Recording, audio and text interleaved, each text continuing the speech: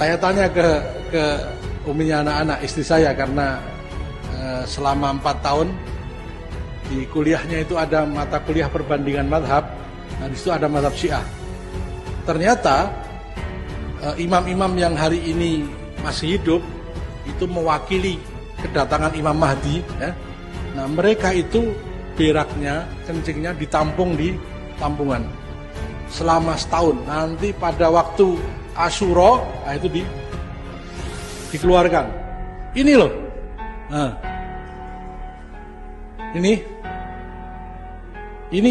ini bukan air apa namanya, lumpur, bukan air got, itu ya, septic tank yang dibuka. Masya Allah, yang ngomongnya aja sudah ngeri ya. Ya, ya. Wah, kalau foto bisa direkayasa, kalau foto ya. Apa perlu videonya?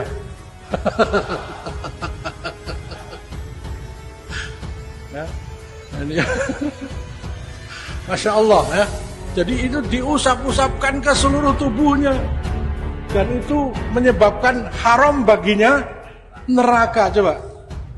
Video yang ditayangkan oleh Ustadz pemfitnah ini, anak kecil pun dapat mengetahui kalau itu kolam lumpur yang mana dijadikan tradisi oleh sekelompok kecil Syiah melumuri badan mereka dengan lumpur tersebut. Hal semacam ini menurut mereka merupakan ekspresi yang pernah dialami oleh Rasulullah SAW, walaupun bentuknya tidak sama. Dalam kitab Al-Bidayah wan Nihayah karya Ibn Katsir, salah satu ulama Ahlus Sunnah, jilid 8 yang diterbitkan oleh Maktabah Al-Ma'arif, cetakan tahun 1992 Masehi, halaman 200. Dari Ibn Abbas, ia berkata, "Aku bermimpi melihat Nabi SAW di tengah hari dengan raut muka muram dan berdebu." Kami tegaskan, berdebu. Bersamanya ada sebuah botol berisi darah. Aku pun kemudian bertanya kepada Rasul, "Demi ayah ibuku ya Rasulullah, apa ini?" Beliau SAW menjawab, "Ini adalah darah Al-Husain dan sahabat-sahabatnya. Aku selalu memeganginya sampai hari ini." Ammar berkata, "Kami hitung hari itu dan ternyata kami dapati hari itu Al-Husain telah terbunuh." Ibn Katsir berkata, sanad hadisnya kuat. Dari Salma, ia berkata, "Aku masuk ke rumah Ummu Salamah. Saat itu ia sedang menangis. Kemudian aku bertanya kepadanya,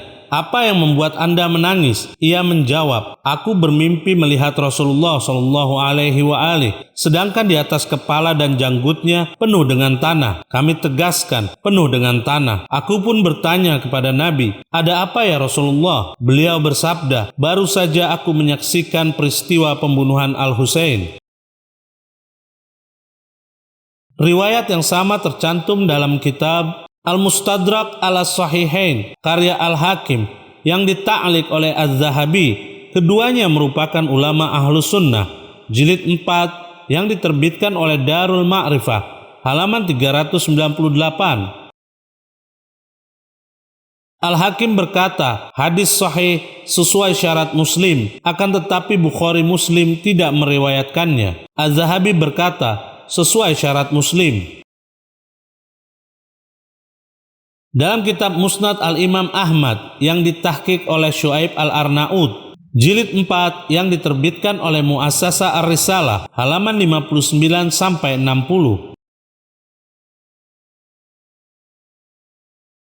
Syuaib Al-Arnaud berkata, sanadnya kuat sesuai syarat Muslim. Dalam kitab Ithaful Qira Al-Mihrah karya Al-Bushiri, salah satu ulama Ahlus Sunnah yang bermazhab Asy-Syafi'i, jilid 9 yang diterbitkan oleh Maktabah Ar-Rushd, cetakan pertama tahun 1998 Masehi, halaman 318. Al-Bushiri berkata, telah meriwayatkannya Abu Bakar bin Abi Syaibah, Ahmad bin Hambal, dan Abdu bin Humaid dengan sanad yang sahih. Jadi, apa yang telah mereka lakukan hanyalah soal teknis, namun terdapat sumber yang pernah dialami oleh Rasulullah SAW. Yang sangat menggelikan, riwayat yang dibawakan oleh Ustadz ini adalah riwayat istrinya tanpa membawakan rujukan kitab. Apakah ini yang dinamakan ilmiah?